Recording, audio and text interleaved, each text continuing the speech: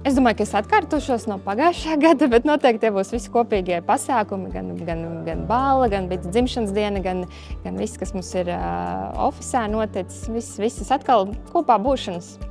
Šodien Ziemassvētku kampaņa, tāds mans rūpju bērns, mans spotlights un tādas ļoti foršas patīkamas sajūtas, kad tas beidzot ir gaisā. Sākšu šeit strādāt, jā. Man pirmais gads nepilnais, un tad, jā, visi pasākumi, jā. Ziemassvētku kampaņa, noteikti Ziemassvētku kampaņa, kas bija manā vadībā, jā, tas būs lielais notikums.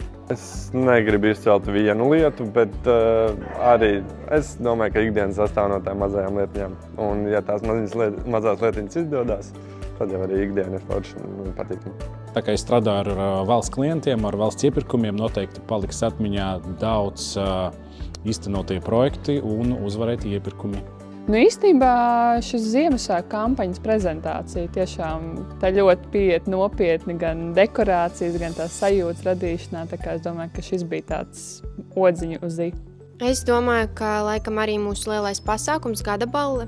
Tas ir tas, kas uzreiz tā atmiņā metas.